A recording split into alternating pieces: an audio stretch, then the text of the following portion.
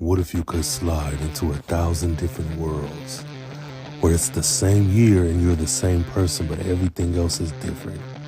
And what if you can't find your way home?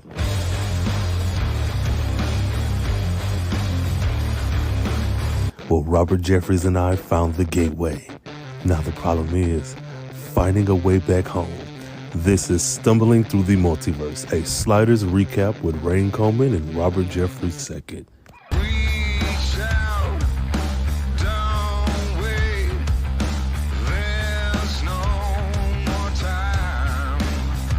What's up, y'all, and welcome back to none other than the official Sliders podcast. This is endorsed by Sliders, and when I say that, I mean we watch it, so it's endorsed by us watching it.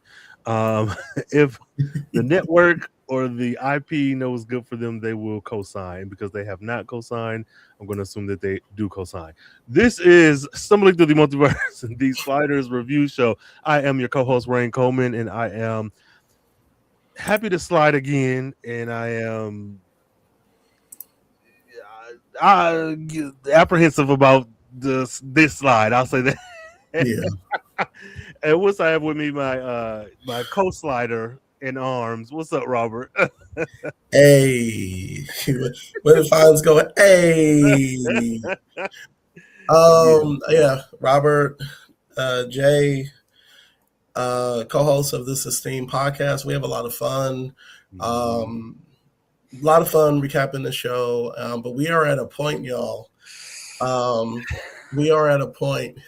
There was a transition made with the Exodus. Like we literally, I think, exodused any semblance of good. So, this is a new era. Like we said last episode, and I think this is like the first set of episodes right after the change, right? The transition. I'm ready. I think we needed. These episodes are so not heavy, but so much that we needed to take an extra week, right? Absolutely, you are not freaking wrong, man. Yeah. So we're going over season 3, episodes 18 and 19. Starting with 18, we have Soul Survivors. Again, I do not read these descriptions until we're on air. A virus turns people into zombies, and an antidote is needed after Queen is bitten. Sounds about right. This happened. It felt like there was an episode between this one and the last one that's just like gone. I was like, what the fuck is going on here? So that's my initial thoughts. It's like, where's the missing secret 15-minute web short that should have bridged these 2 episodes? What the fuck? What? Yeah. Initial thoughts. I'm a zombie fan. Like the 2 things that my friends and my wife and my friends know about me is I love me some space opera and zombies, right? So if you can get one of those in a book, a movie, or a TV show or video game, I'm here for it. I love all things, but zombies, like as far as horror, are big. So I remember when I watched this back in the day, like this was a big one. And after subsequent viewings, it is still fun in certain respects, but there are other things that aren't like necessarily the best for it. So I wanted a fun ride, but the more I watched it, I just got like, and it's funny because I don't think it has anything really to do with the story.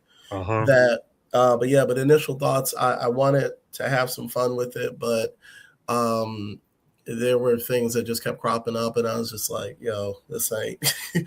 this is not working as well as I wanted it to. So, but yeah. I can give the, I'm just going to say this. I get this from Google when I do a search for, what do you call it? I do like the episode name and the recap, and this is what it spits out. So, Soul Survivor season 3, episode 18. So I ain't taking credit for none of this feature music because I don't want to type the stuff out. Features a team landing on a world where a fat-reducing drug has transformed the population into ravenous zombie-like creatures. When Quinn is bitten and begins to turn, the team works with the doctor to create an antidote using antibodies from a human survivor. The key points: the infection, a deadly virus caused by a botched diet drug, has wiped out most of humanity, leaving only a few survivors. Quinn infected.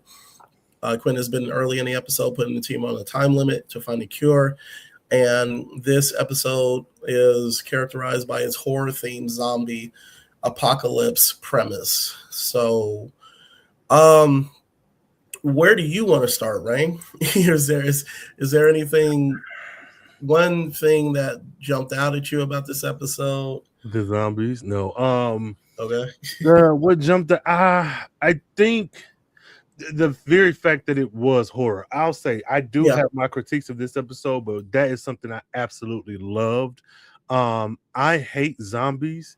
I own the first omnibus of The Walking Dead, and I can't even read that. Like, that's how much I hate zombies. And it's not even like a little lore. It's not even like, oh, I'm definitely terrified, but I think in all of the supernatural beings, that's the one that I'm like, this is probably real. Like, there might not be witches, vampires, werewolves, but zombies, those are real.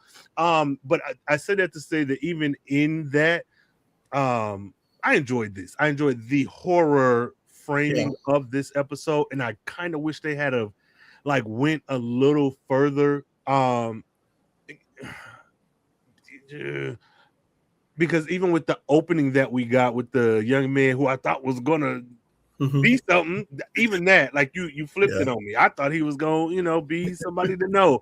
But it was so dire, even with like the campiness, kind of goofiness of it being like the 90s, which it wasn't intended to be goofy. I was like, man, these ain't Walking Dead vampires. I mean zombies, but I think the horror part, I just wanted a little bit more. But I can't complain at the framing because this is something new for them, and I thoroughly enjoyed that specific aspect of this episode. I think what stands out to me is, like you said, the zombie-esque, the ness of it. And sometimes when the thing I love about like horror just in general is that you can do it for laughs or you can do it for seriousness, right? Or you can kind of balance the two in the same one. And because the show has been built so much on a little bit of lightheartedness and camp, when you get dark episodes like this where when they slide into the world, they step on a bloody body part and then see a gnawed up corpse. That is not stuff that we see. And the closest in Sliders, and the closest that I can remember is when they went to like the Cro-Mag world. So that's kind of the closest. So like you said, I do appreciate the horror, them trying to do something different with melding that genre with sci-fi, and having fun with it. What's funny is that, and I don't know if you've seen or read Invincible or seen the cartoon, the animated series. Just the first season or 2 seasons. Okay, so then let me not spoil something. But the concept of them going to a zombie world is and just getting a chance to kind of play with the horror tropes was really big. And as a resident zombie historian or whatever, the thing that I do like about these zombies is that they're not the normally kind of shuffling types, and they have the green glowing eyes, which I think does a good job to separate them as the other. And the other thing is that they are aggressive, they run, they apparently, jump and stuff. But this was like, I think 2 or 3 years removed, if that, before we got like the 28 Days Later. Oh, right. Zombies, or the zombies from Dawn of the Dead, the Dawn of the Dead remake, which I think was also like another running zombie one. So shout out to Sliders at least for that, because I don't remember seeing that in other like horror, takes on zombies. But what did you think about the source of the virus or the infection? I didn't mind that because I think that looking at it through a 2026 lens, that to me was a very layered in a very I don't think progressive is the word I'm looking for. I'm going to use that word, but a very progressive way of like, because you have the gamma rays for the Hulk, or machine for Captain America. Like, you have these things, but we're sliding through different Californias. We are firmly planted in America every time. America, compared to the rest of the world, is constantly being categorized as having like an obesity crisis. And again, looking through a 2026 lens, the first thing that came to mind was COVID and Ozempic. Those were the two things that I wore in the back of my head this whole time. I was like, I don't want to go so far as to say, oh, Sliders predicted this, because this is something we've constantly been dealing with anyways. But I absolutely enjoyed that. And I don't know if it was even intentional, which I'm probably going to assume that it is, but you are firmly planting the zombie outbreak on something that is so normal. It's like, oh, hot dogs, or wearing a green hat after sundown. Like, it's something so normal that I think that also added to the horror, because it wasn't like, oh, the nuclear power plant exploded. No, this was taking weight loss drugs. And then this being planted in the 90s, and looking at, like, again, I know this wasn't the intention. Well, I can't say I don't know. I know, but like, looking at models, like models were pencil thin. Look at even comic books. When you saw the Cables and the Jean Greys, whatever, it was extremely muscular or extremely skinny. And so you got this like Weight Watchers, Slim Fast, this diet culture in the 90s is still here today. It's just kind of transformed a bit, but having that I thought that was chef's kiss for me. I thought that was stellar.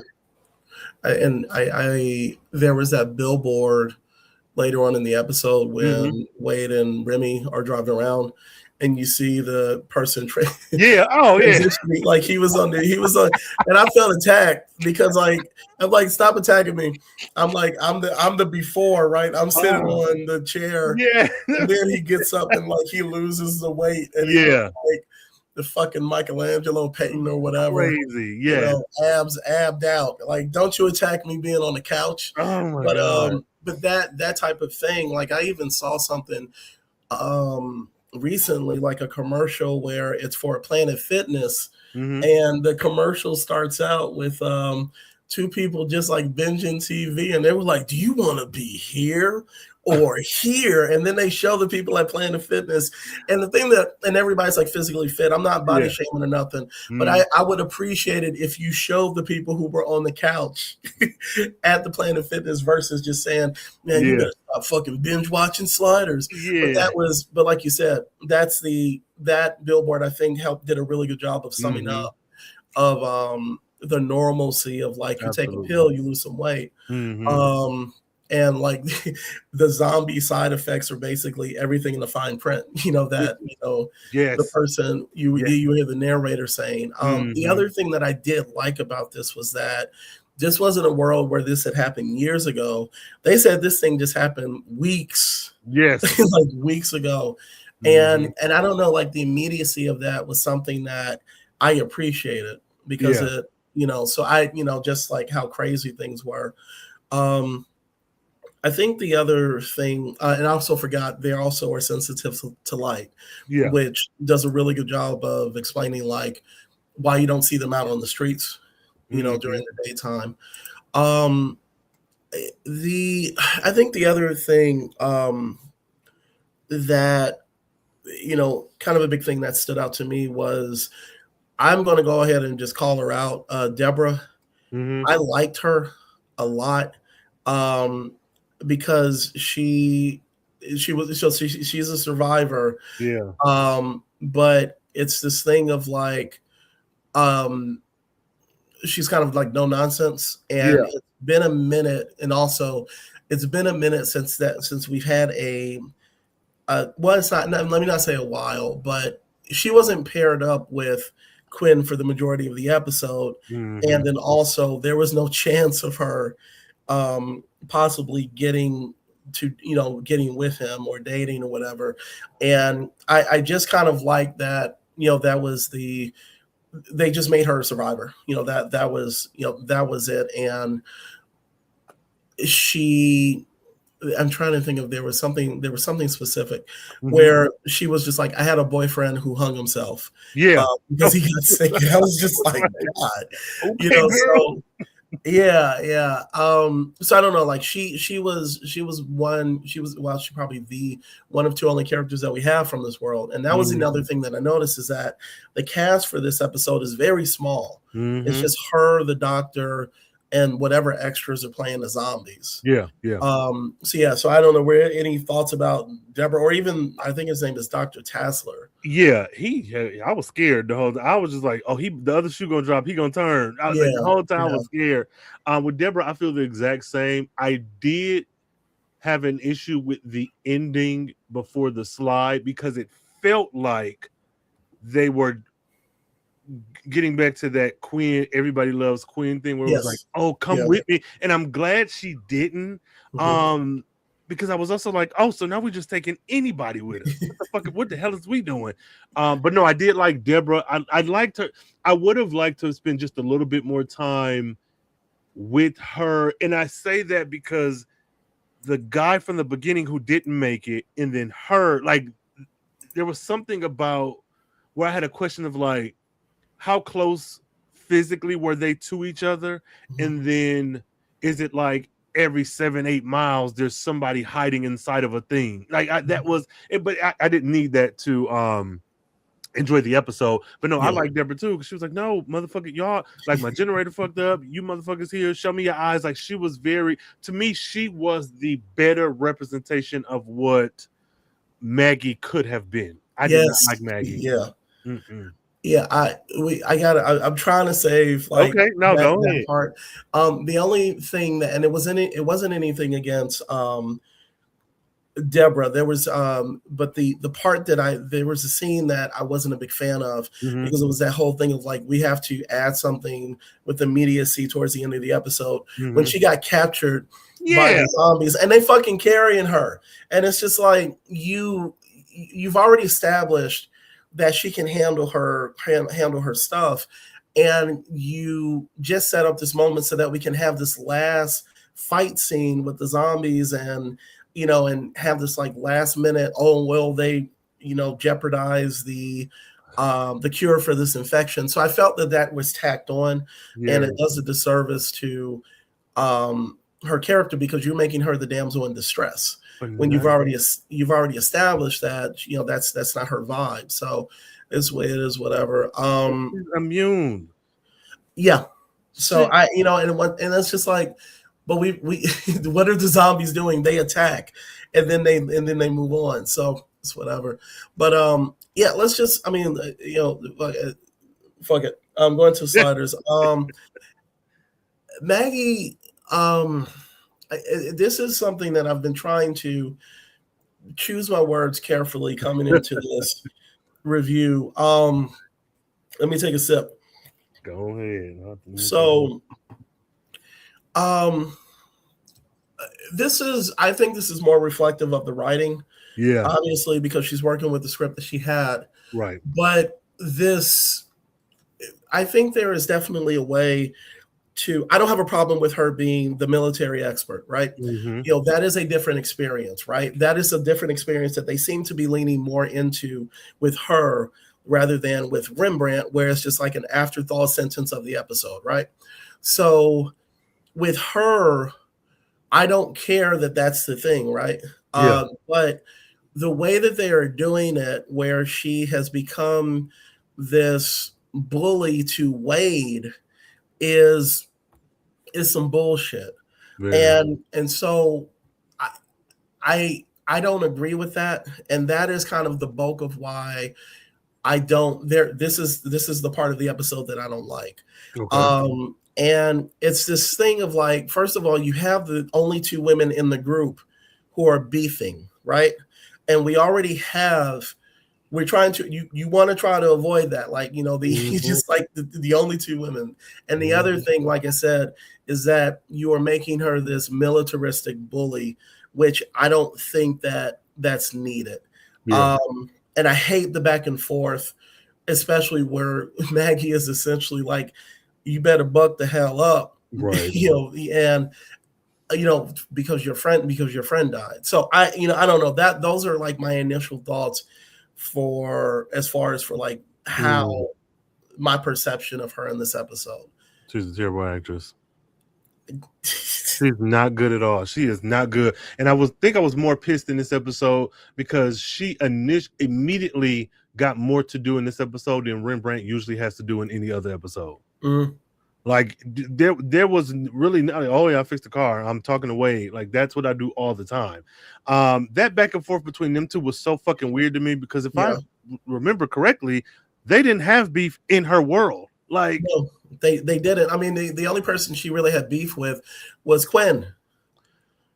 We can't have her mad at our Savior, at Jesus Christ. Well, he was crucified coming into this world. Oh, fuck him. Do it again. Just I hate him. To me, it's a lot. These two episodes, to me, the optics were very bad. Yeah. Two women, the only women on the team, and I'm not saying that these women can't argue because Rembrandt, Professor, and Quinn was going at it, but it was also going at it with Wade, where like we started with them. You bring this new chick in, and what the fuck are you even mad about? Why are you like? That's what I said. It feels like something is missing. It feels like they got into an argument on a previous Earth and it carried over, but y'all didn't. This was like, is this out of order too? I didn't like it because it also feels like you're overcompensating. Like you, the writer, you don't know how to adequately write these women when you just need to write them how you write Quinn and Rembrandt. Just write them doing things. And I think, to me, it's a disservice to the show that they look so much alike. They're both small, petite white women with a similar hair color. I think Maggie Head is maybe just like a little bit more like square, and that's not even like a dig at her. I'm like, on paper, this is the same white woman times two, and now they're arguing for what? There's no, and then like, oh, that man wasn't even, you weren't even related to him. What are you talking about? Yeah. Where are we? I think they overshot. Like, what I assumed they were trying to do was like, this is her first episode with them. Let's give her an arc where she has to come around to how sliding works. I'm fine with that. However, you've just slid 30 times in the last episode with Quinn. So the other thing to that point, I'm glad you said that. Yeah. We hear. So she has the moment where she says, yo, I learned the lesson of sliding. And then a few scenes later, it says, fuck that woman, acceptable loss. I gotta bounce. It was just like, yo. Dumb. They had just established that this woman was the cure to everything. And so it's just like they don't even give her the grace to grow properly in the same episode because you're not referencing what you just established in a few scenes before. They do the same shit with Quinn. Yeah. In the next episode. Which fuck Quinn. Yeah, like so it's like I think definitely the acting is questionable, but the other thing is the writing is just like, you're not even keeping your P's and Q's straight for this fucking character that you just introduced in this same episode, which is crazy. I'm not going to put everything on her because, again, like you said, it's the script. You got to work. You work with what you got, but taking it purely as like in universe, none of this makes sense.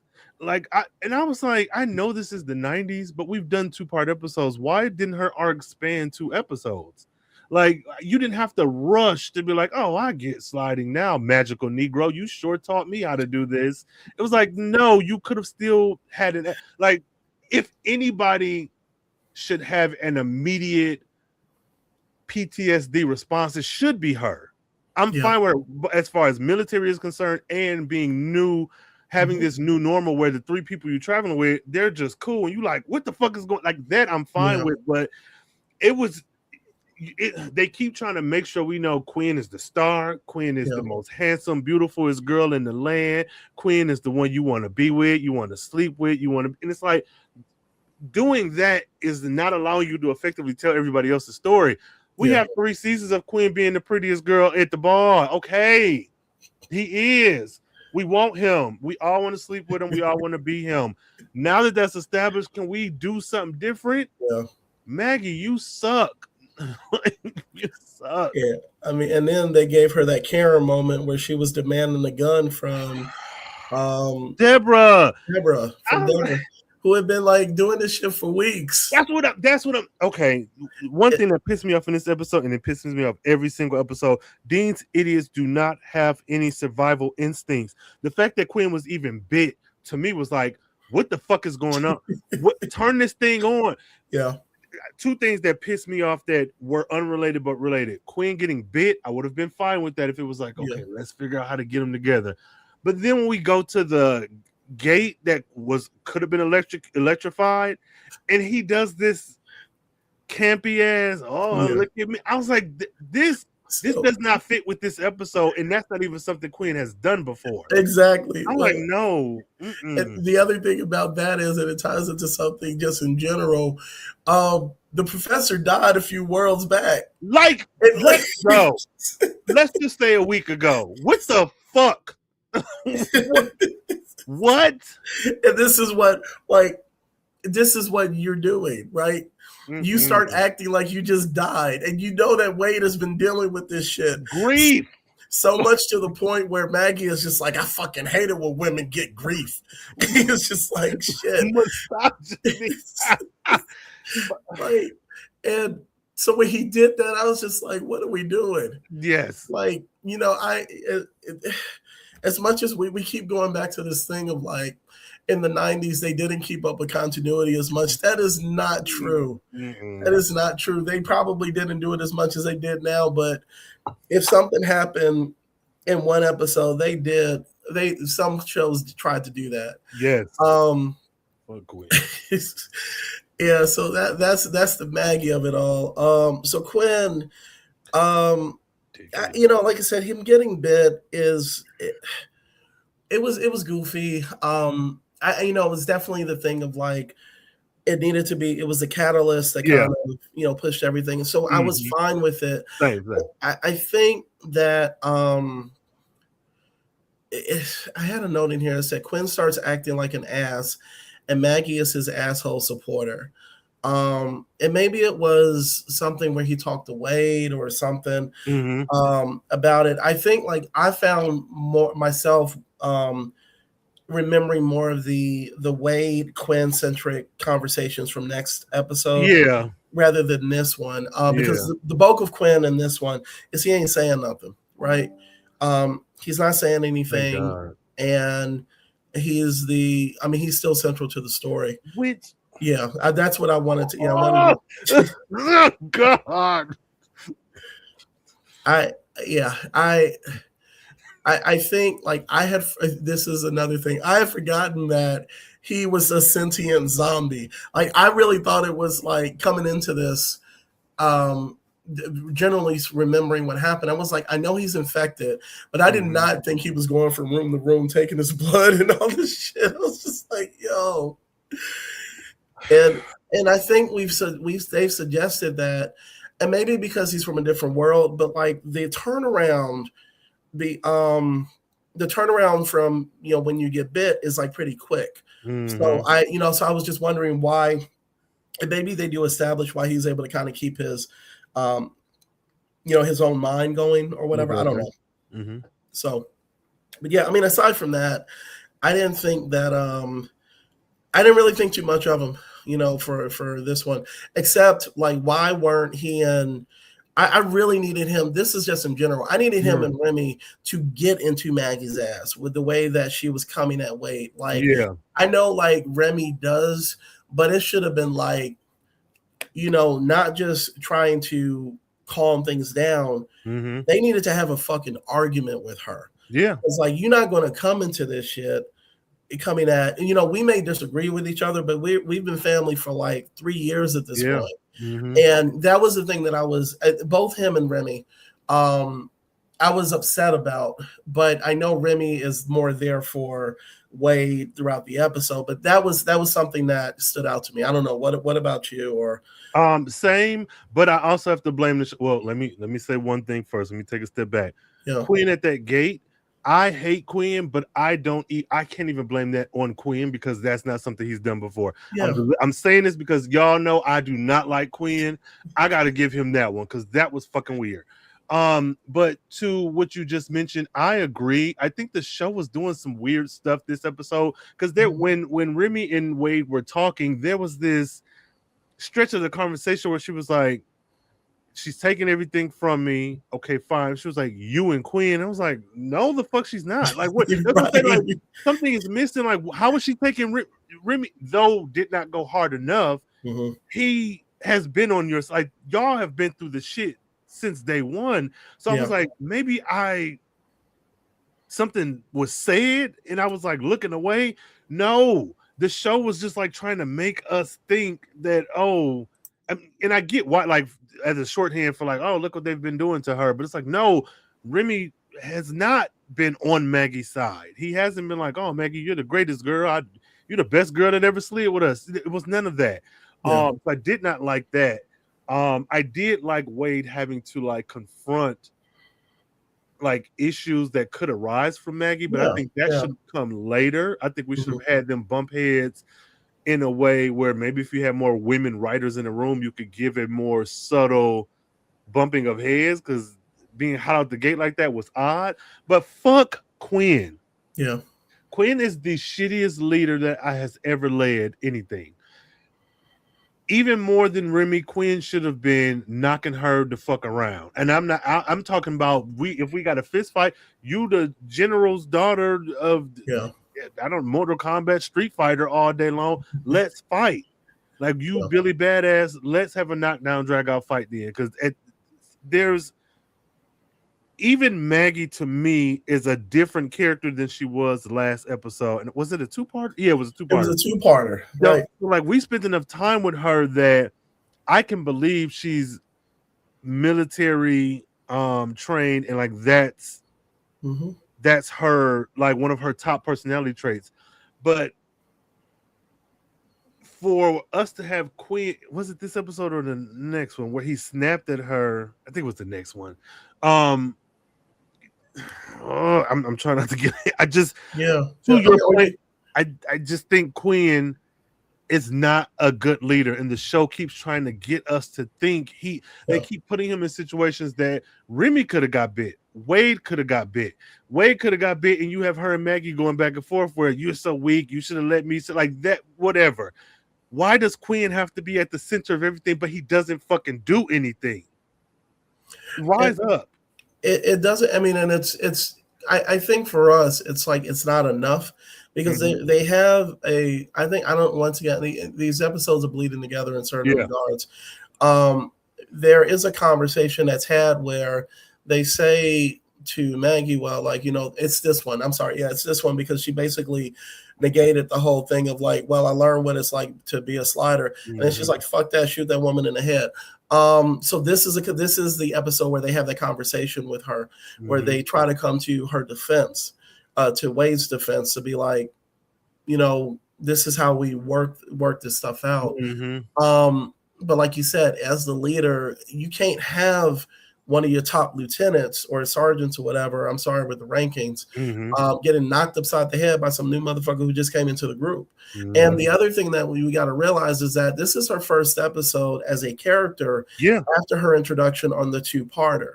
So, you know, this is where we are really fully introduced to her as being a part of the group. This is the worst fucking introduction that you could have, you know, for her.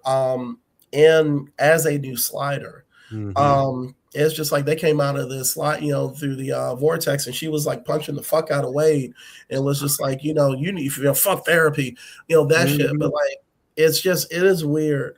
Remy, I don't know if I have much to. I mean, we give him his action movie moment where he says, "You won't bite nobody else, sucker." I like the moments with him and Wade. Because, you know, like I said, it ties back into where we had them before, you know, like you had mentioned. I don't know. I mean, like, I don't really have, I didn't really think too much about him in this episode, you know, like and And I don't like saying that, especially like this being such it should be an important episode after losing one of the main cast members. So I don't know. I mean, anything specifically about him. I love the fact that he was laughing as a way to decompress. Like I thought he had black people. Yeah, I was like black people do that. I hate that he keep wearing these suits. I hate that. They can't switch this shit up. I feel like these white folks is like, well, the black man in the suit.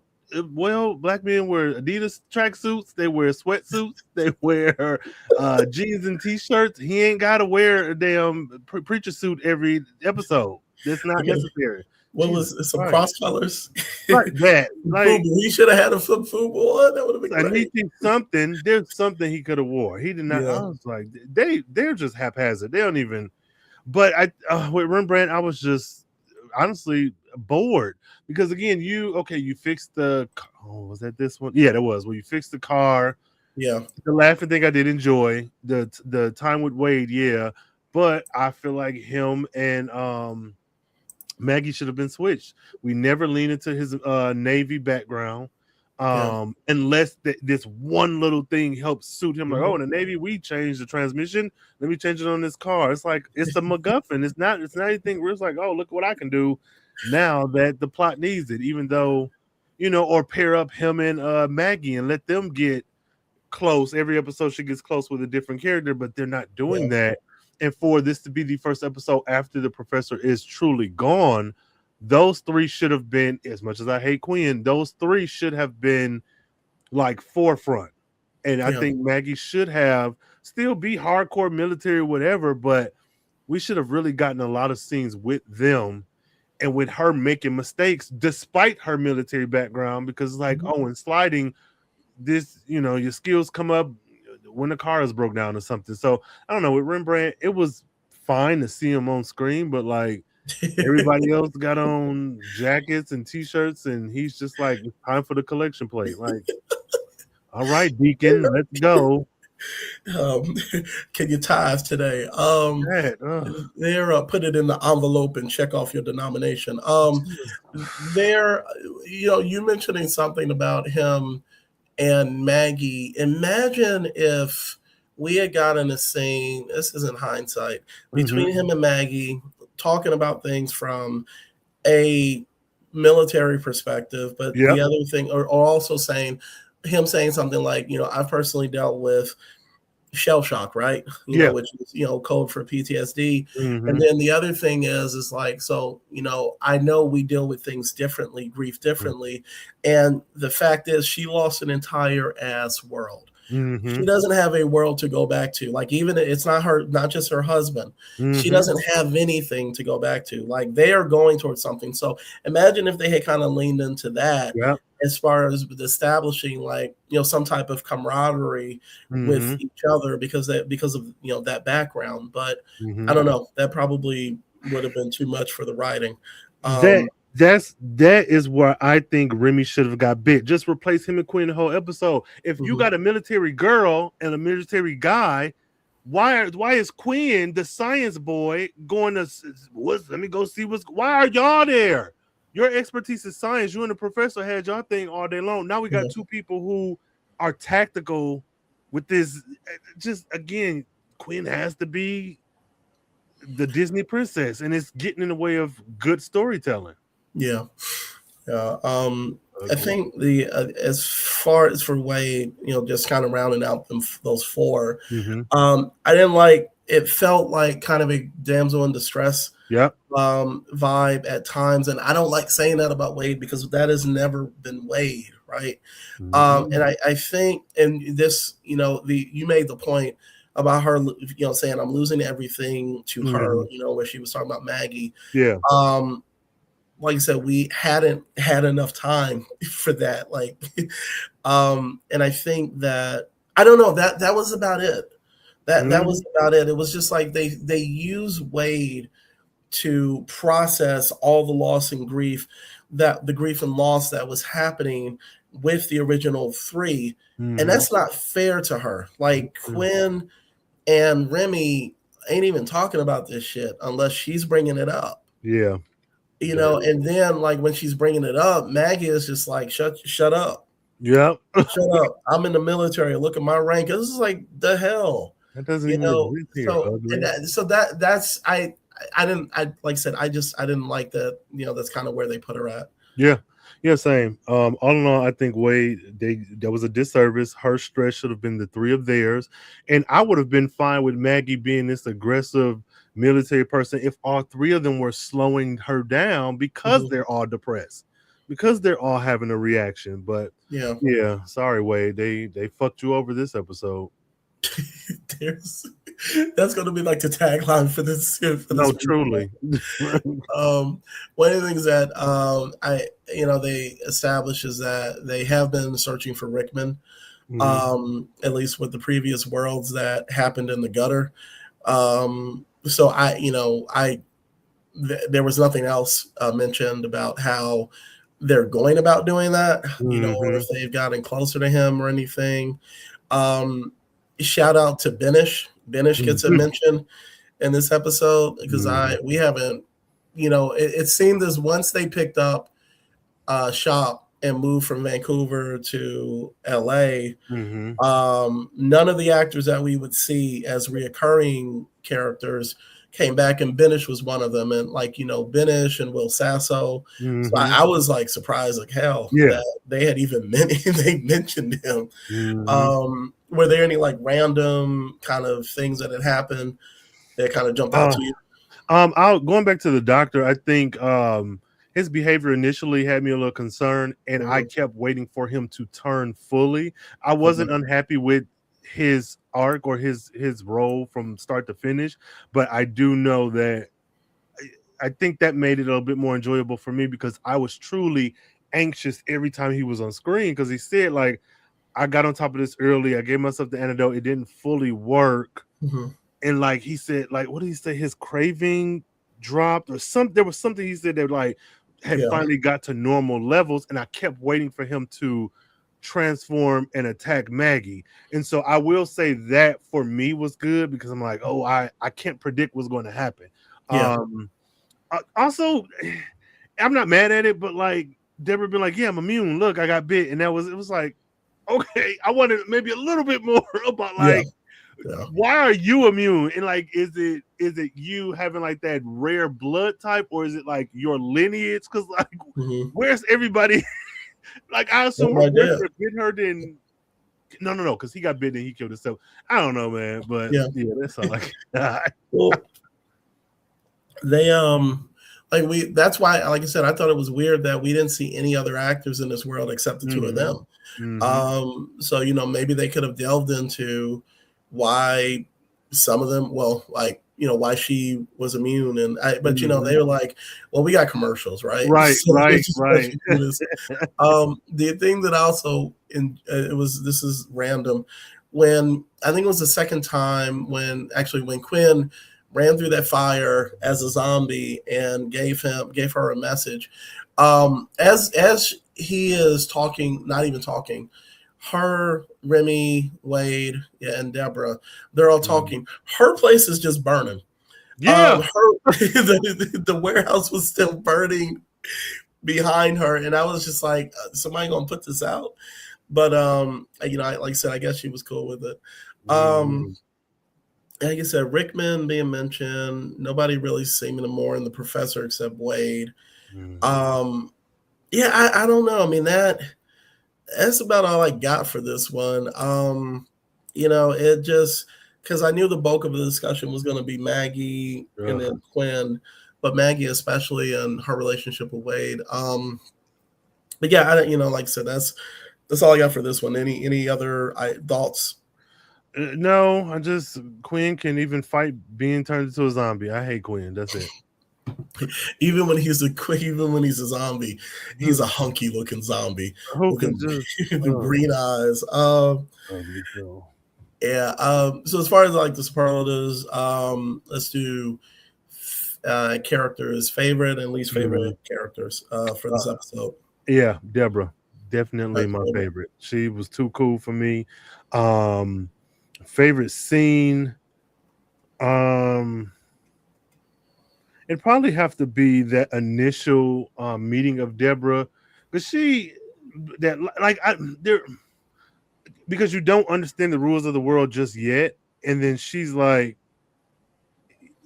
get that light out of my face, I'm gonna kill you. Like it was like her initial, like, and she was off camera too. Like you didn't even see her. It was just like, do this shit or I'm gonna kill you. It was for y'all. It was like she was I liked her introduction because again, she didn't default to Quinn's love interest. She went down to stress. She was knowledgeable. She was like what she to me, she was written as well as they write male characters.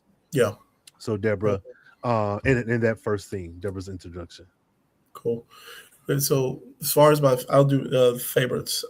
Favorite character, Deborah. Mm-hmm. Favorite scene. It might have to be as weird as much as we kind of got on Maggie, there were a couple of scenes between her and Dr. Tesler. I think that's his name. Yeah. And it might have been when he was giving a rundown of like what happened in the world. So I'll say one of those scenes because it was just them kind of dealing with like the seriousness and severity of what was happening. So I'll give it that. And so then we can do least favorite character and least favorite scene. So what are those for you?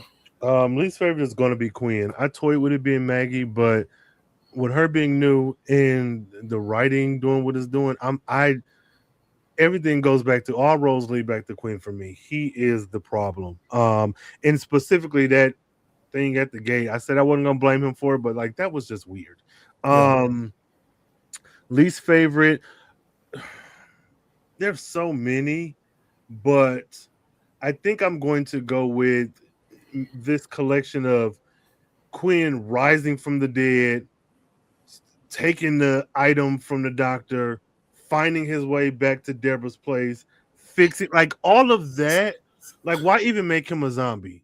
Like, because exactly so much. I was just like, I'm okay with him being special in that regard. Like, oh, he's so strong, he's so strong-willed, he has this science brain. But that was to me, it was like, why just have him be severely injured? Because why is he doing all of this? So that whole maybe like Quinn sentient zombie intro, that was it was dumb. I didn't like it. It's stupid. Ugly. I'll just say at least favorite is least favorite character. This is the writer's handling of Maggie.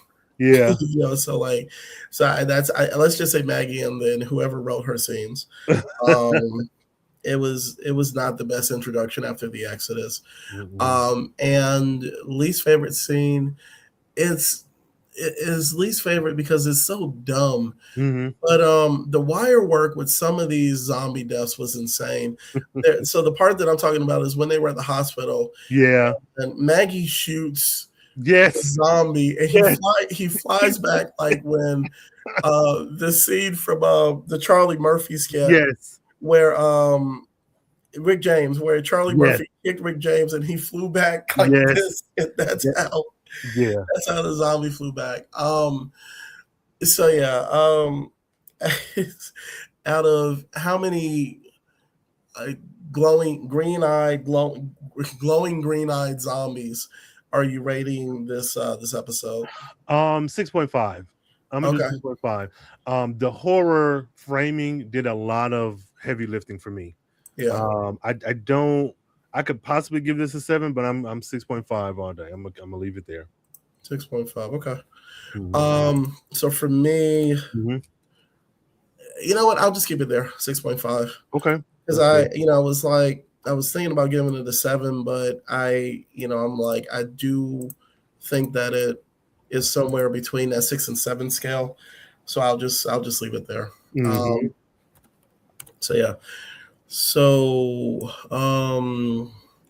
now that this is officially logged in the sliders, stumbling through the multiverse, ratings tone, we will go to the next one. You would think that this would be like what you say, 10s across the board since it's zombies, but fuck that shit. Okay, so the next episode, the breeder. Yeah, this one. Yeah, this was a whopper. You know, it was one of those things that if we could have ended it at just Soul Survivors, I think that would have that probably would have saved this recap. Yeah. And not I mean, like I have fun going through these, right? Mm-hmm. But it's just like there's no, it's not up from here. I can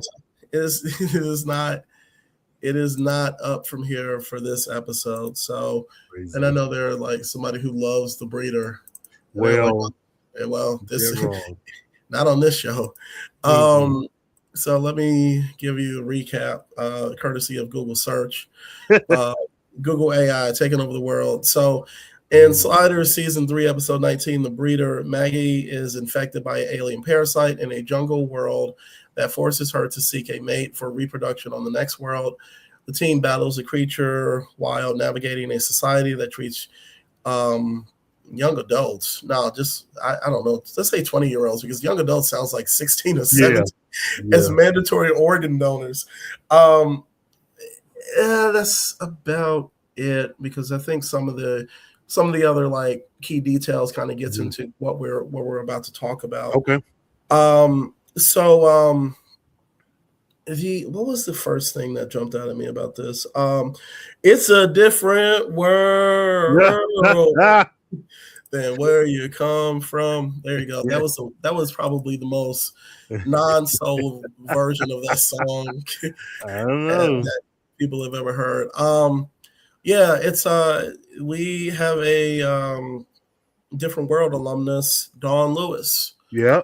And she is also a Star Trek alumni. Okay. She does the voice of she's on Star Trek The Lower Decks as Captain Carol Freeman. So shout out to her for being actually Women's History Month for being one of the actually few black female or black women captains in Star Trek. So but she was in this episode. It is a different world. Yeah, I don't like this. And I'll just say this. If you're familiar with a movie from the 90s called oh God, I just forgot it. What is this?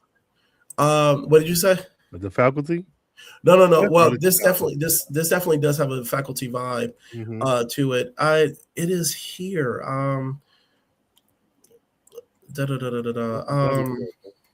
Give me 1 second. Body Snatchers. It is. I was just talking about this with my wife. It is Species. Okay. Species. This is the period in Sliders where they were just pulling from movies, popular movies of the time, and writing their takes on it. So this is a Species vibe. So I mean, initial thoughts, let's just jump right into it. Like, what's the first thing that jumps out at you about this? The fact that they was on that world for 5 minutes. Man, I was like, what the fuck are we doing? What? What? I wanted the episode to be on that world for the this is dumb. This is so dumb. Like, I know what it means to an ends, but this was so stupid. Why are we not here? Like, that was interesting. And then it was also, in my mind, I'm thinking the setting itself is probably like 3 miles worth of like greenery that you could just like, you don't have the story is going to do the heavy lifting, not the setting. But the setting is, man, when I said, bro, but they Wade quite literally said, good thing we was only on that world for 5 minutes. Girl, what? Y'all ain't never been on the world for 5 minutes. Yep. Sorry. And then, I don't know if the budget would have allowed them to have people constantly throwing around amoebas and jellyfish in entirety. But that scene was more interesting than once again the Species movie that we got. Their bootleg version of that, where she just going to the club and touching men on their chest. It whatever. So that was like, as soon as I saw that, I was like, I wish we had stayed there more. so the conflict of this is that Maggie is before they jump. One of the things as they're in this world, for people who haven't seen the episodes, there are these, like I said, amoeba jellyfish-looking things. One attaches itself to the mouth to Maggie's mouth, and I think Quinn gets it off of her. And when they slide to the new world, she immediately like passes out and starts spitting up like green fluid. And for some reason, Quinn is playing in it, which is like I want to stab him. He wasn't even like checking, like he checked her and then like started rubbing his fingers into the liquid, and then it like the green spittle, and then it cuts to the to the intro. Yeah.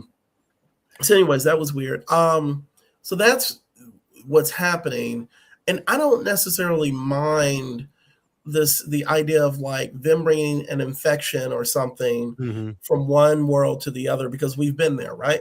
Yeah. We've done this before, and it's probably, I'm surprised this shit hasn't happened again and again, because biology wouldn't work the same, at least you don't think, possibly, as it in each world. But because this is such a ripoff of what I remember of Species, because that's what she does. Like even the hot tub scene, it is the same fucking thing. So I don't know, that is one thing, because even in the Jurassic Park episode that we had from like the second season, where they're like trapped in a nature preserve filled with dinosaurs, they made that their own, right? Yeah. But in this one, they just don't. So I don't know what stands out for you as far as for this. The fact that like Maggie, I feel so bad for her.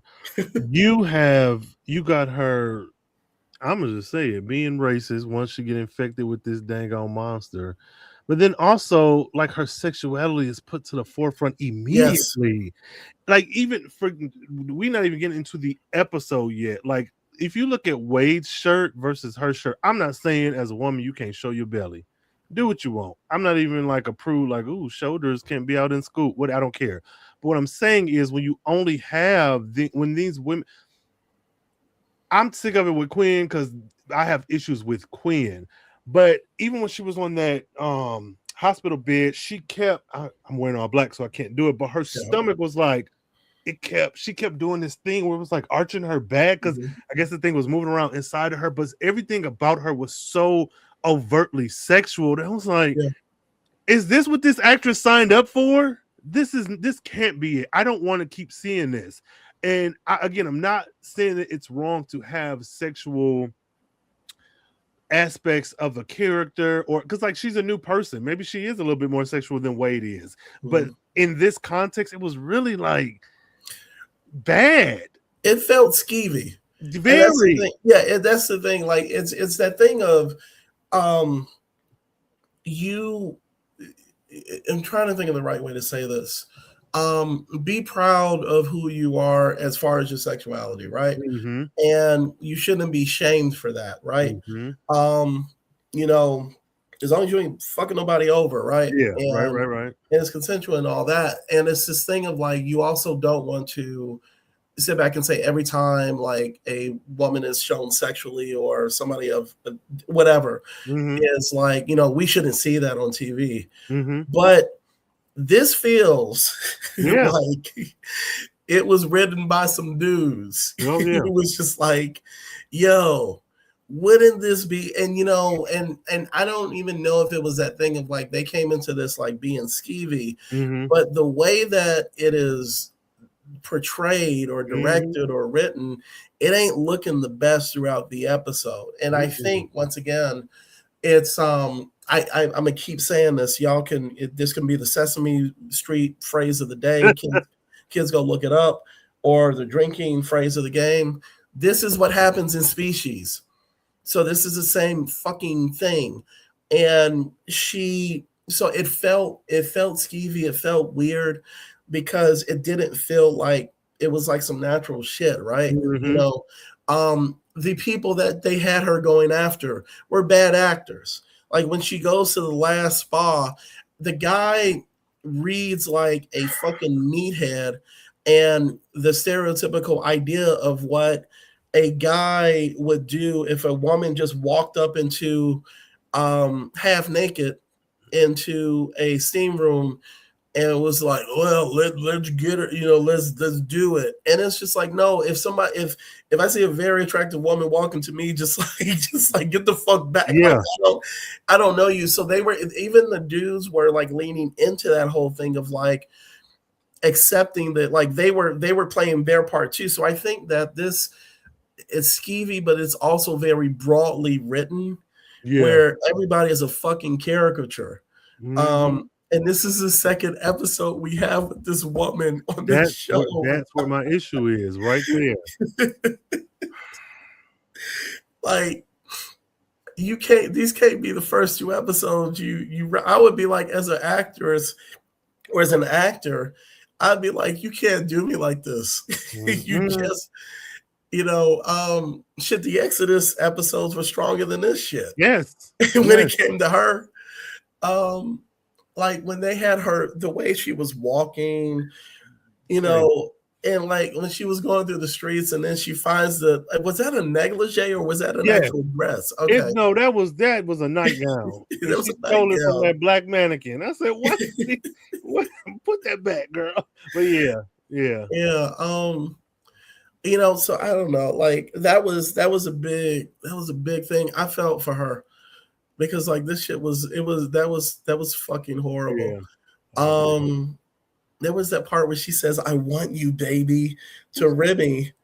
I was like, what are we? The opposite.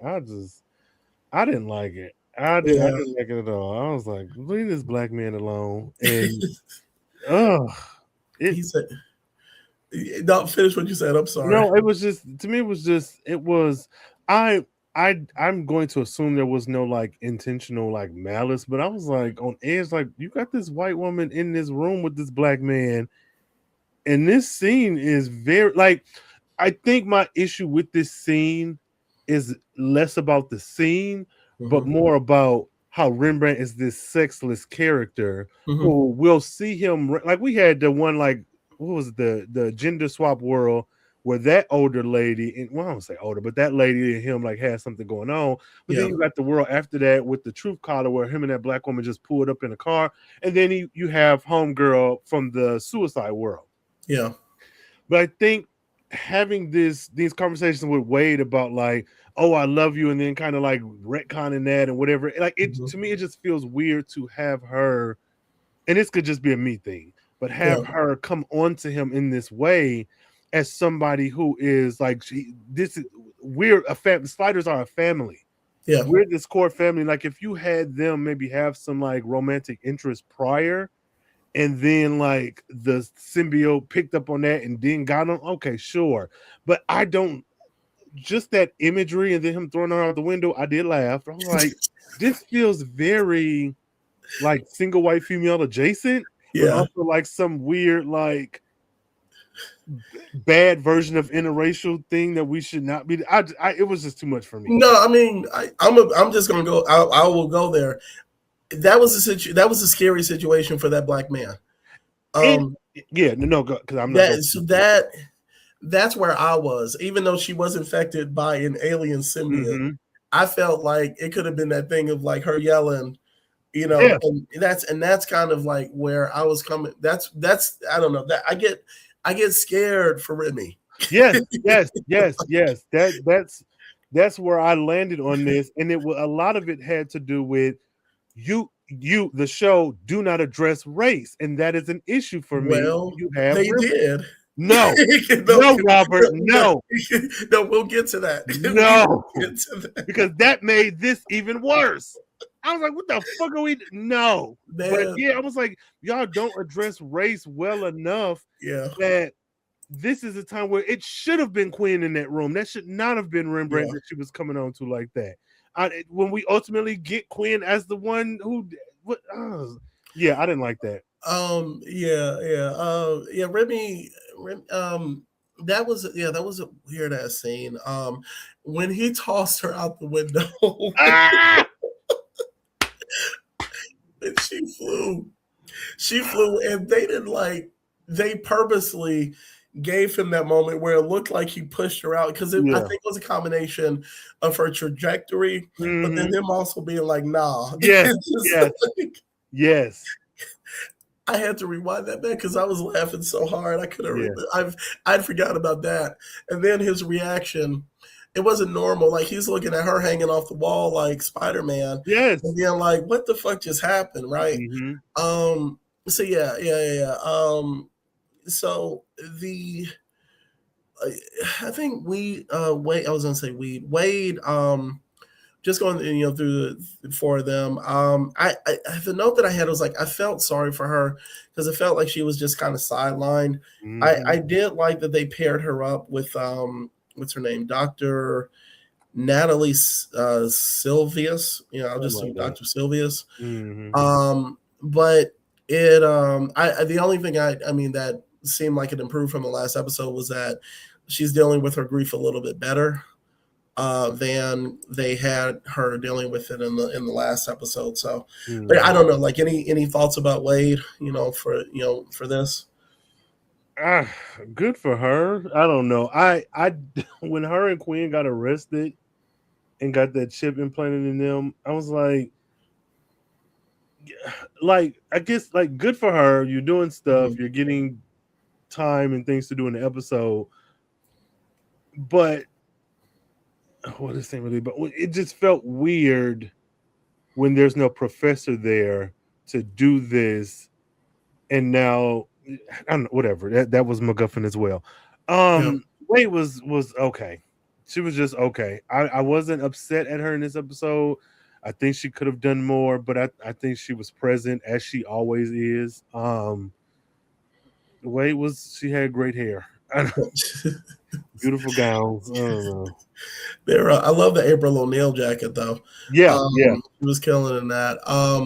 So one thing that I did was it's like with Quinn specifically, I think they were doing this weird thing of trying to make him the professor. And it's like there was a moment where he started, as he always does, throwing fists when that bookish lady was getting arrested. And the thing that immediately came to my mind is like, this ain't your world. You don't know why, the leather wearing security guards are, I don't know what that fabric was. That was just, they don't. I don't know what that, but you don't know why these cops are arresting this woman. And then he's just ready to come in throwing fists. And then because Remy has to be the supportive black dude, it's just like he's throwing fists. And they was like, well, because your ass is old, you can't catch these hands this episode. But so Quinn does that, right? This is what I was talking about. And then much later in the episode, this is like an early first 2 season thing that the professor would say. They start talking about the organ replacement or the organ, and he says, dude, different worlds, different customs. And dude, you were throwing hands earlier in the episode because you saw her being fucked up. So this is another example of them not keeping continuity in the same episode. Like how does this keep working? So that's the one thing. Yeah. But the other side of this was when Remy called him on that and said, you know what? We come from 2 different experiences. And I felt that we have been asking for this conversation or something like that. And why is it now? Like, why is this fucking now? So it was a lot of shit even just tied up into his storyline for just that. I don't know. Fuck Quinn. Fuck Quinn, that was stupid as hell. You run into a fight because that's the shit that kills. That every world you do this. Every world you or Wade are doing some shit like this. You are standing up, and it's like there's this privilege of like you are always right. I'm always right. This is a terrible thing to do. Fuck the fact that everybody on this world, their left hand is a gun. Like, fuck the fact that everybody can fly backwards on Thursdays. I'm this man, this white man from Earth 001, and so everything that I want should be how it is. That woman could have killed and ate somebody. They never, that's one thing that pissed me off about the show. They never investigate the world. It's always like, oh, by the way, in this world, Ronald Reagan actually could fly and he was a fairy. And so it's like, but it's never like, I think the last time I felt confident in like the investigation portion of it, what episode was that where I think they maybe thought they got back home and Quinn was like, yeah, the Celtics didn't win the, I don't know, whatever basketball game is, like whatever that shit was. I was like, that's the last time that I felt like they've adequately like put in research into the world where it could be as simple as going to this fucking bar and saying, hey, what's up here? And they don't do that, but Quinn is always ready to fight, and that gets them in more trouble all the time. And then was like, oh, Remy, you Negro, you ancient Negro, we don't need your organs. You're probably a lazy drunk who smokes weed and drinks right. It was such a weird, because if that's the case, why didn't they snatch Maggie too? Yes, she wasn't fighting, but she's with this group and she's under 25. Because she was doing like this, and she was like that. Like, that was the thing with them not taking Remy. With kind of they wanted more like younger, physically fit, whatever, however they want to put it. That actually I didn't mind that so much because it tied into the world. It was like shorthand for what they were doing, because otherwise, to me, it's just the same. Yeah, like this is, and that's one of the things that, like I said, I would love like wacky worlds.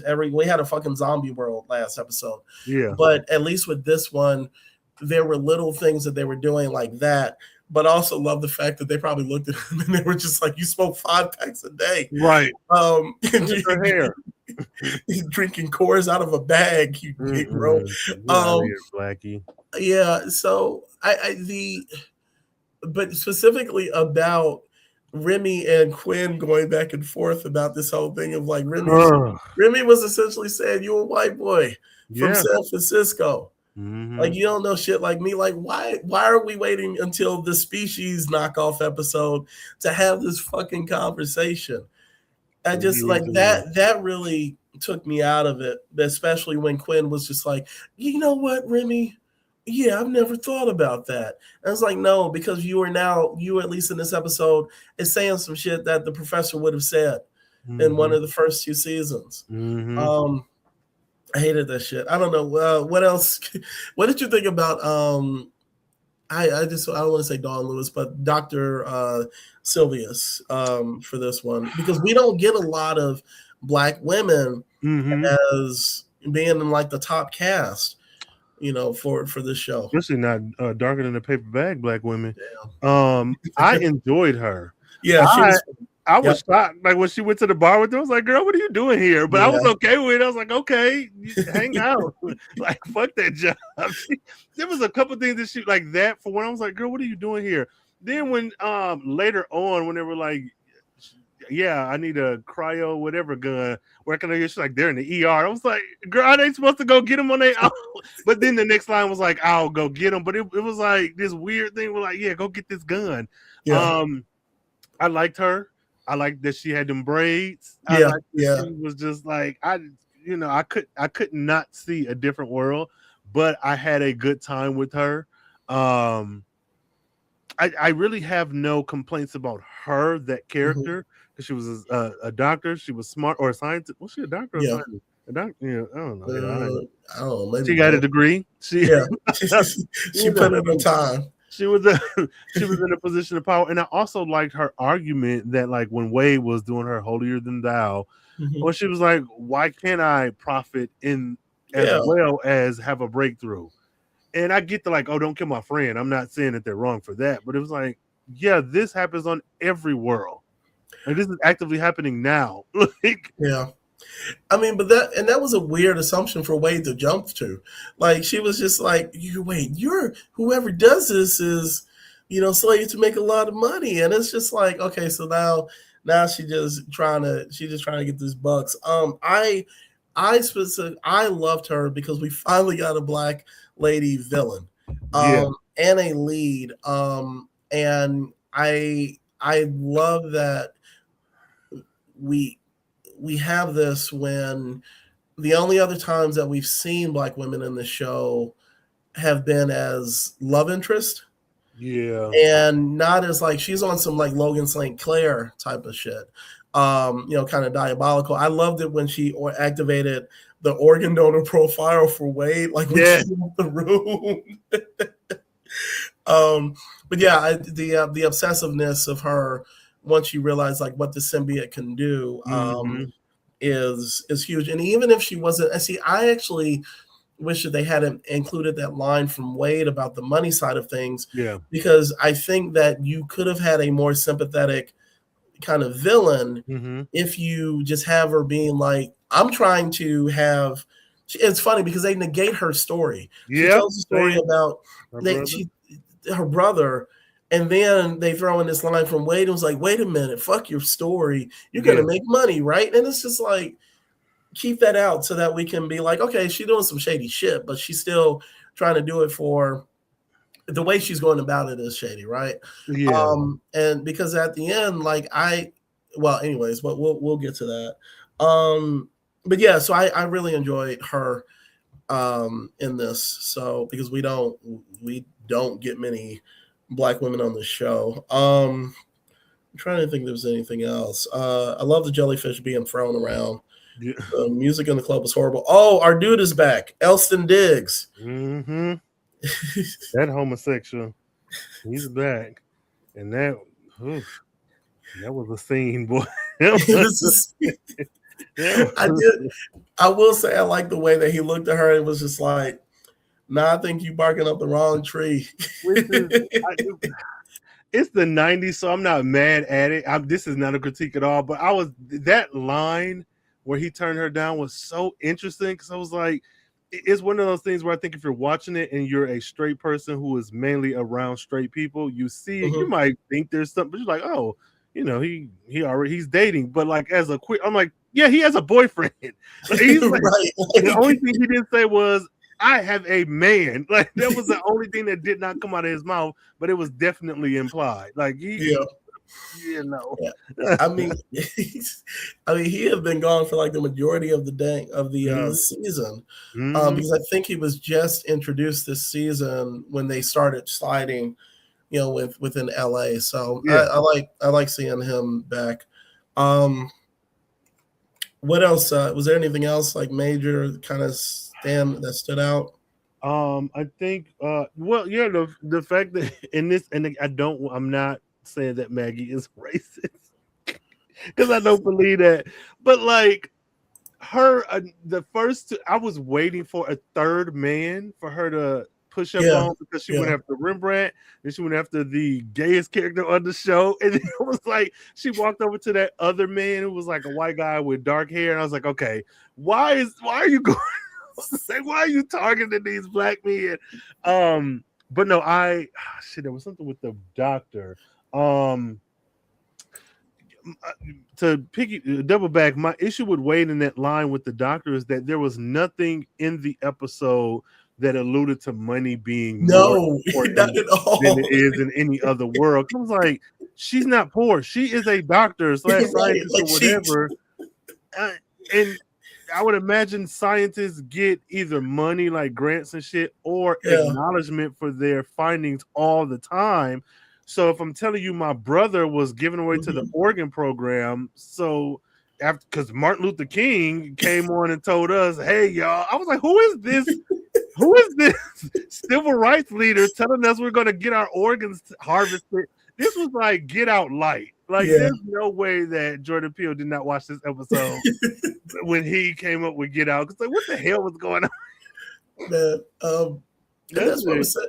Like that leap was just insane. And it's not, the writing was not good. Like it was weird. I don't know. I mean, you know how they look at us at times. We can be full on. We can be the president of this world, of this country. Yeah. And they say they still stealing. Look at them in the stole the White House. Bet you took silverware. Yeah, I don't. This was kind of. I don't say dumb. I wasn't really a fan of a lot of this. God damn, well, I don't want to get too far. The ending is where I have a lot. Okay, so let me mention one thing. Mm-hmm.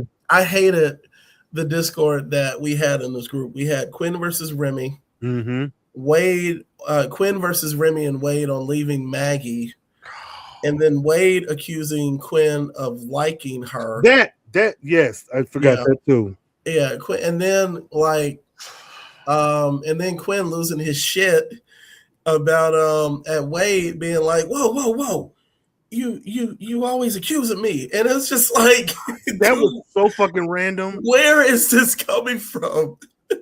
I hate Quinn. Like, did they use this episode for him to process his PTSD with what happened with the professor? I mean, never mentioned. Oh my God, when that happened, Remy should have said, "Shit, I'm glad it wasn't me this episode," because Quinn stayed cutting his neck about being accused of fucking him up. Like, Quinn was in his fucking feelings in this episode. That was so random. And there's nothing wrong, kids, with having feelings, but unless you're Queen, you gotta learn how to process that shit. It just like. That shit was dumb. That actually caught me off guard when I was like, "What?" Like I was like, "Let me finish the scene," and you're gonna die because of me. Yes, actually, yes. All of this is because like nothing that we do is not because of you. What are we talking about? I was like, did Ray like this episode? Ray like this part? Honestly, that's what I felt like. I was like, "What the?" But even him being mad, I was like, "Bro, this is fucking weird." Yeah, it's not the same thing, but that coupled with Rembrandt leaving the timer, like those two, I'm like, what are we do? Where is this our first time sliding? What the fuck is going on? I don't know. I just left it off.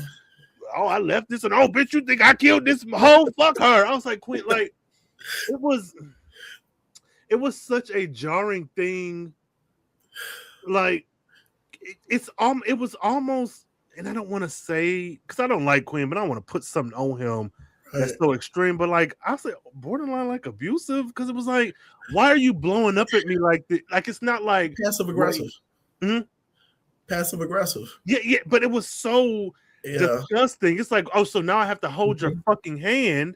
Yeah. After y'all just beat me up last episode because I'm missing one of our family members. Yeah. It's like, if there's not a woman who he's trying to be attached to, then they don't know what to do with this man. And then even like you said, her mentioning, you like Maggie. It's like, why are we mentioning this now? There's been every woman in every episode he's like. Why are we mentioning this shit now? And why is Wade mentioning it as if y'all have a relationship?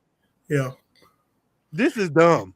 It's like I said, they're backpedaling, they're backsliding, they're not maintaining Wade's journal, which should list everything that has happened. Like, they needed a Trapper Keeper, whatever, lore book of this thing, because they keep forgetting a lot of shit. And I'm talking about the writers and producers, whoever came up with the stories for this show. So okay, let's jump to the end. The kids, I'm gonna fucking call it hentai, weird ass. It was weird. It was weird. I mean, I don't know if you're talking about that specifically, or if you kind of the events leading up to that. No, that and the thing after that. After the end, like, I mean, all of it, but like specifically after that, was. Oh God, I'm just disgusted. I feel like, again, optics are everything. Yeah. And I want to be very clear. I don't think that Black people and people of color cannot be villains, cannot be hurt, cannot be harmed, cannot go through things. But as a writer, I'm not even saying I'm going to get it right all the time. But when it comes to dealing with somebody who is not in a majority, even dealing with someone who is in a majority, you have to think about how this reads. If I have a trans character and I have a white man and I have someone in a wheelchair, all three of them are going to have three different needs. I can't have that person in a wheelchair be like, well, fuck this, let me stand up. That makes no sense. Yeah. The trans person's like, I'm really a man. That sounds dumb. That doesn't even align. That's not sensitive to this person. And so with this episode, I feel like one, the optics of having Maggie push up on Rembrandt the way she did. What I meant to do was go back and look at the OJ Simpson trial and then see what other pop culture moments happened around this episode, because I'm like, race relations were not. Yeah, we gotta. Let's be clear. Yeah. Like something is amiss. And then having for Quinn, who is notoriously a person who goes above and beyond to stretch himself as thin as possible to help everybody, to have left that black woman in that cryogenic table room, whatever, being infected with that symbiote was fucking disgusting. This man has jumped through hoops, jumped through fire, has threatened to fucking have us stranded on the world for 29 years, all for the sake of saving somebody else. And then to add insult to injury, you have Rembrandt, this black man, is like, leave her, fuck her, she'll be all right, that ain't our problem.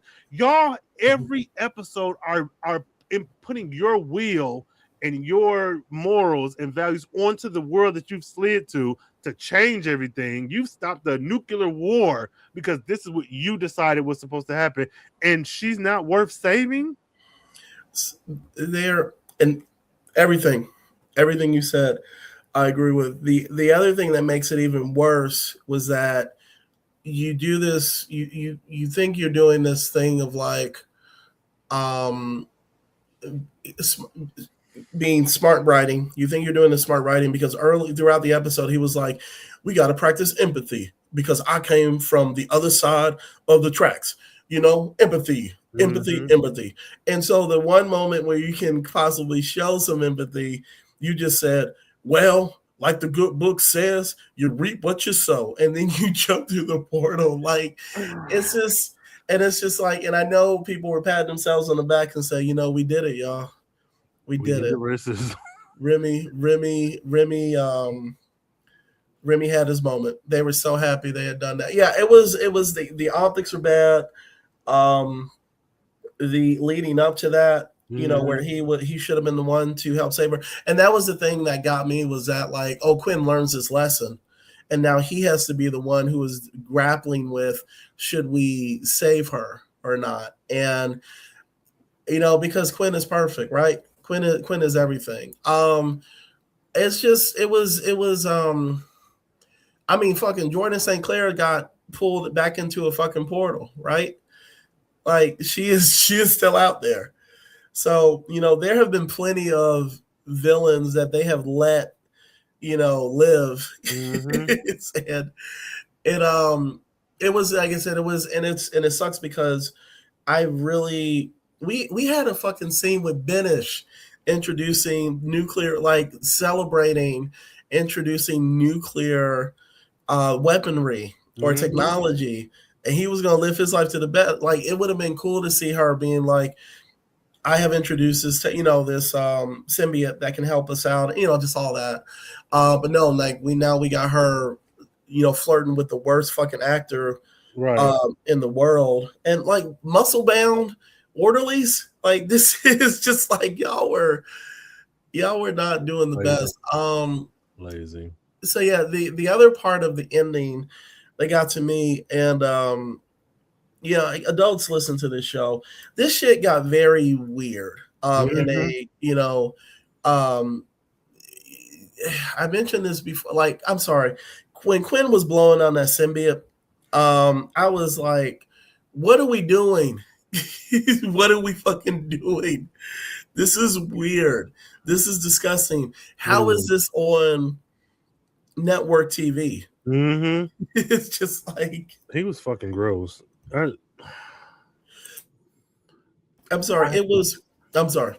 No, I hate him. That's yeah. I was alternating between like laughing and being disgusted, because it was just like, he was like, I gotta go in there. What it needs is, like, I don't know if he said somebody blowing on it directly. Yeah, he's like, yeah, put it in my mouth or something. But for me, I would have even been okay with that to coax it out. But why are you not grabbing, like, for somebody who's so efficient in every single thing that they do, you can't grab this thing and put it into an open aquarium that's behind you. Like it's like they dragged that shit out for so long. I'm like, Yes. once it's out her mouth, grab that shit. What the fuck is it gonna do? What is it going to? Nothing. Oh, it's fell on the floor. It's crawling around. Oh my god. That was dragged out so much. Even with the first one that was like a baby one that couldn't. Like even that one, I think she dropped that one on the phone. So what the fuck are we doing? This is a thing that you know is like dangerous.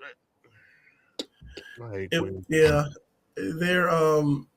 was funny because one of the things that was mentioned in the first and the Soul Survivors was they said this is like something like a Roger Corman movie, right? And Roger Corman is, for people who don't know, did like B-rated, I think, sci-fi horror movies, like genre movies. That whole sequence from this movie felt like it was like out of a B level. Yeah. Like it was bad. It was bad.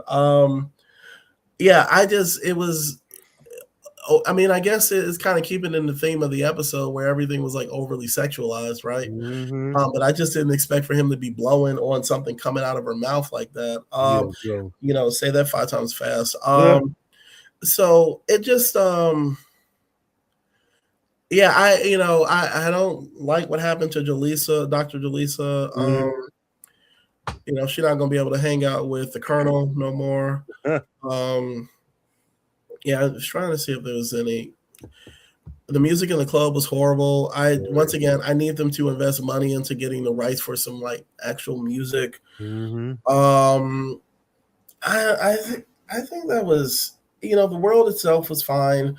The whole focus on trying to keep yourself extra healthy and fit, and we got a touch of that. But I don't know if there's anything else like that jumps out at me. How about you? Not really. I mean, everything was about Quinn and Maggie. There's nothing really that stood out. I think my biggest issue is, again, that ending. I think that was a poorly done ending. And I'm just going to be honest. If the doctor was a white woman, then it still would have been shitty that you left her. But I think I would not have had such a visceral reaction to it because of the optics and having that weird fucking we solve racism conversation earlier. Like, and then it happened right after Quinn saw a white man get stopped by the polyester police, and then he like ran away. He was like, "Oh, well, I guess you're right. I don't see it how you see it, Negro." And I was like, wait. And that was the other thing he said was like, "Hey, and don't ever be afraid to have a different of opinion with me." It was like, he's never been afraid of that. Y'all argued since the first episode. Y'all have never not argued. You act like he just said, man. I swear all the time. I swear, I don't think the writers were like, I don't think they were referencing shit, man. It was like, and when he said that, I was like, wait a minute. He has definitely had a difference of opinion with him many times before. He had a different opinions with everybody in that fucking group. Like, and this is the second time that we've had an episode where, like, you remember the whole thing of like, remember it was like, I don't feel like contributing anything to the group except singing and complaining. And then he did something, and then Quinn was like, go home, Skillet, you got this. Yeah, you got it, black man. Yeah, we've even had episodes where they have argued, and Quinn was like, "Yeah, because you never let me forget that I'm doing something wrong." Like, so, like, Quinn has said that out his mouth.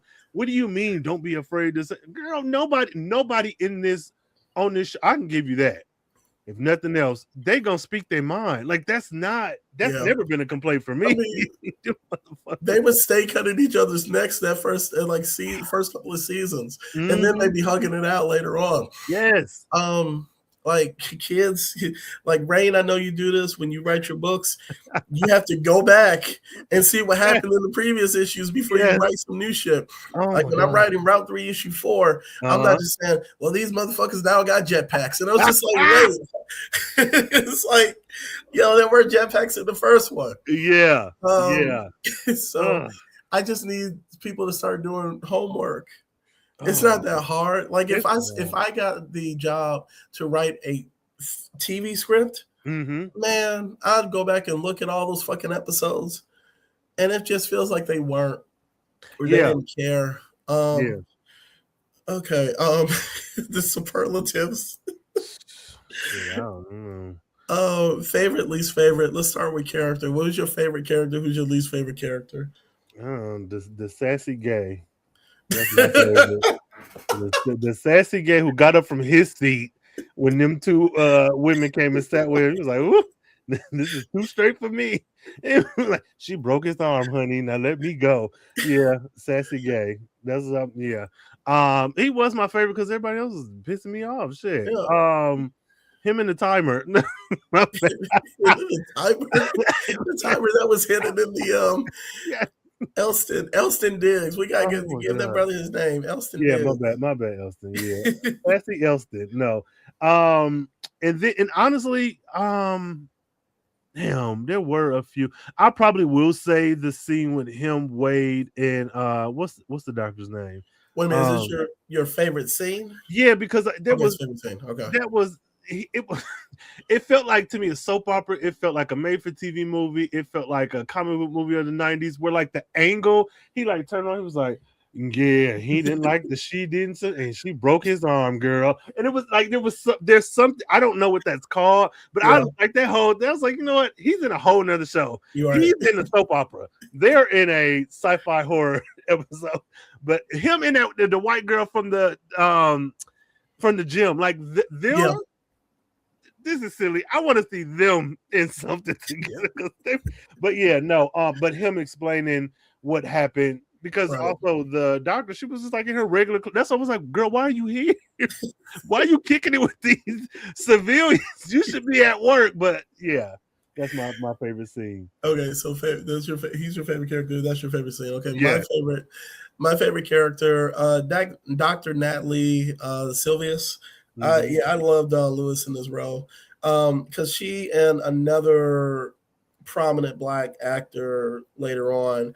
I get happy when I see them in these episodes. Yeah, because it's like these actors from like stuff that we watched growing up. Yeah, being now in a sci-fi fantasy thing that I loved was big. So I love seeing Dawn Lewis, and knowing that she's done other stuff like this, like Star Trek later on, was pretty big. And I thought she did a really good job. And my favorite scene, it's a toss-up between the flying jellyfish, amoebas, or Quinn and hold on. Okay, no. Or Remy tossing symbiote out the window. So those are balanced out for me as far as like my favorite scene. So who's your least favorite character, and what's your least favorite scene? Least favorite character. It's pretty easy to go with Quinn. I'm trying not to, but I am gonna have to go with Quinn. I am gonna have to go with Quinn. Him even more than overly sexual Maggie. I gotta go with Quinn. Specifically for him, like fighting those police officers, like, girl, sit down. Let's do least favorite scene. Something with Quinn. Fuck, what is that? Oh God, now I'm drawing a blank. I know him fighting the police would piss me off. Him getting that chip implanted. Probably it's a toss-up between him blowing his breath in that girl's mouth and them in the hotel room. Cause it was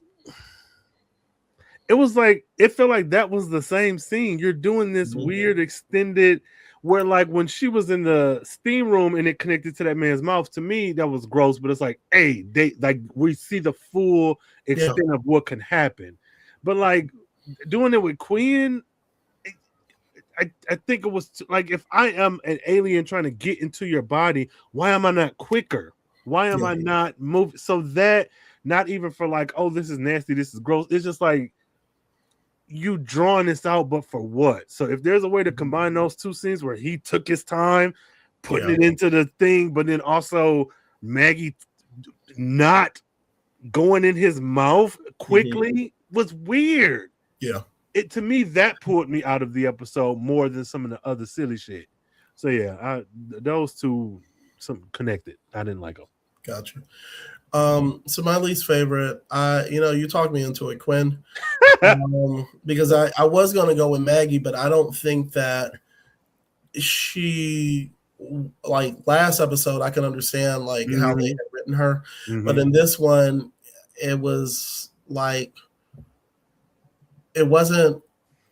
In this one, I don't want to say forgiving, right, but I don't think she was bad. Like it was just this thing, like she was just playing, kind of in this role. But yeah, like last episode, I was like, fuck that, she being a bully. So like Quinn was off the wall, like doing the most in this one.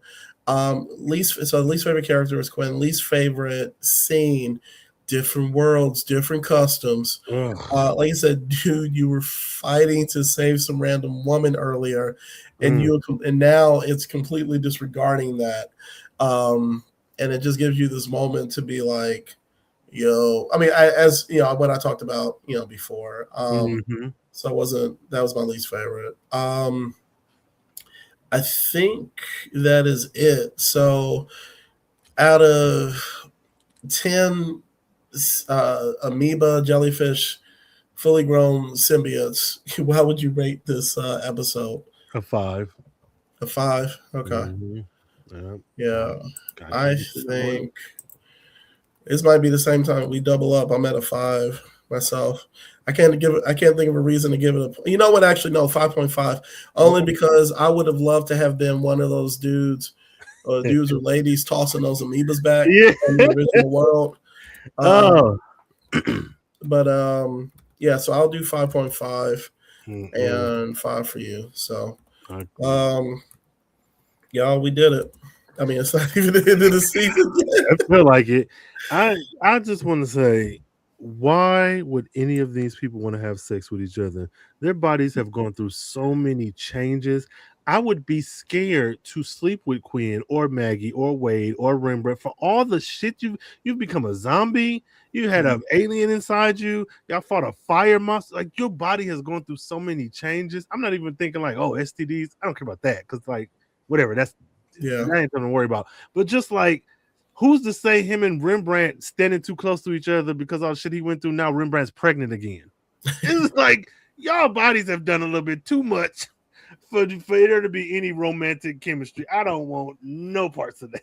I mean, but they still gonna keep pushing the Quinn and Maggie on us. For what? Just make her a lesbian. Why are we?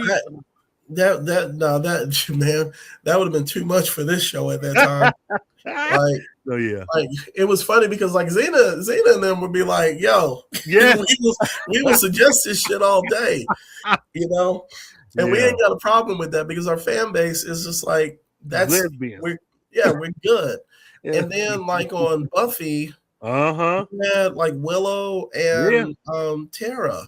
So and then this, I don't know, like they would have been like, well, that would have been too far. I don't know. It would have done something to I change things up, the dynamic of the group up. So it is what it is. I think like after this we got what 19 episode 19. Yeah, this 18 and 19 we got 2021. So 2 more episodes left. I think it's 22 in this season. Oh no, I think it's 25.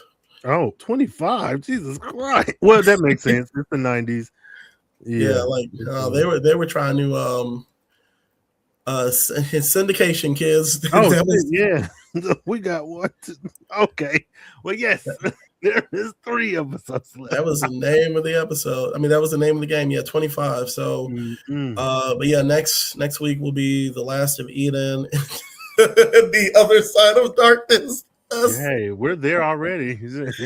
Oh man, these are the classics. So yeah, but that's where we're at, y'all. Mm-hmm. Man. Any final thoughts? Actually, let me Go get some ahead. final thoughts before just as I try to pass it off. I'm like, wait, let me pull this back. Um, long story short, I got a convention I'm doing this Saturday, Sunday, the Atlanta Science Fiction and Fantasy Expo. I will be tabling or vending with John McGuire, who was our guest last episode, Hey. along with so it'll be the two of us, and we will be on a panel talking about our favorite superpower TV shows and films Mm-hmm. that aren't Marvel or DC. So I'm going to speak about 4400. Okay. Yeah, and I'm showing respect to the original and the one season of the CW one. So, and y'all can come at me if you want, Word. because I'm showing love to the brothers and the sisters, um, and on that show. So, anyways, but yeah, there will be a link in the show notes. Yeah. But I will be there on the 14th and the 15th, the Atlanta Science Fiction and Fantasy Expo. Okay. Yeah. Okay. Make sure to check it out, motherfuckers. Yeah, that'll be there. Check them show notes and at the very least share. Just share that good news. Well, shout out to you, Hell. Um, No. yeah, I ain't got much. The 14th, I'll be dropping my fifth book. It is part two of the book that dropped last month. A Love of Their Own. It is part two of a duet series. It is, I think it's women's lit, but I think like romance, contemporary slice of life. Man, I don't know. I keep saying a love story because shit, I don't be know. I just write. It ain't no monsters, ain't no sliding. It's Yeah. a regular day. It's I still got a groove back meets Waiting to Exhale meets I don't know, Insecure hell. I don't know. Love Just it. check it out. That's So the 14th is a big day around these sliding parts. So yeah. awesome. Awesome. Fuck. Okay, well shit. Robert, let these folks know how they can catch up with you online and all that good shit. All that jazz. They website is Robert K. Jeffrey, JFFREY.com, RobertKJeffrey.com. And you can find me on socials at Instagram is robertk.jeffrey, robertk.jeffrey. And that's actually probably the best place on social media to catch up, to keep up with me. Mm-hmm. So, That's what's up. That's what's up. Yes, indeed. And shit, you can find me on wherever social media is going on. Hit CarefreeBlackNerd or CarefreeBlurred. And then if you're interested in my bookish side of things, the books that I've released and the going ons and blogs and all that, RainColeman.com is the place that houses all of that content. And shit, I'm happy to be sliding yeah. again. Yeah. So if y'all happy to slide, put a I don't know, put a clapping emoji in the comments. No, put a snake. Oh yes. Put a snake. Jesus Christ. And I don't know. So stay carefree, nerdy, and geeky. And if you do end up on a world where like one of your homegirls has some like symbiote inside her body, like I mean, throw her through a window, yeah, but like also like lock her up and turn on the AC. Or whatever. I don't know. Or let her He said, "Get the hell out of here." No, for real. He said, yeet. Fuck that. Oh my God, y'all. Be safe and symbiote free.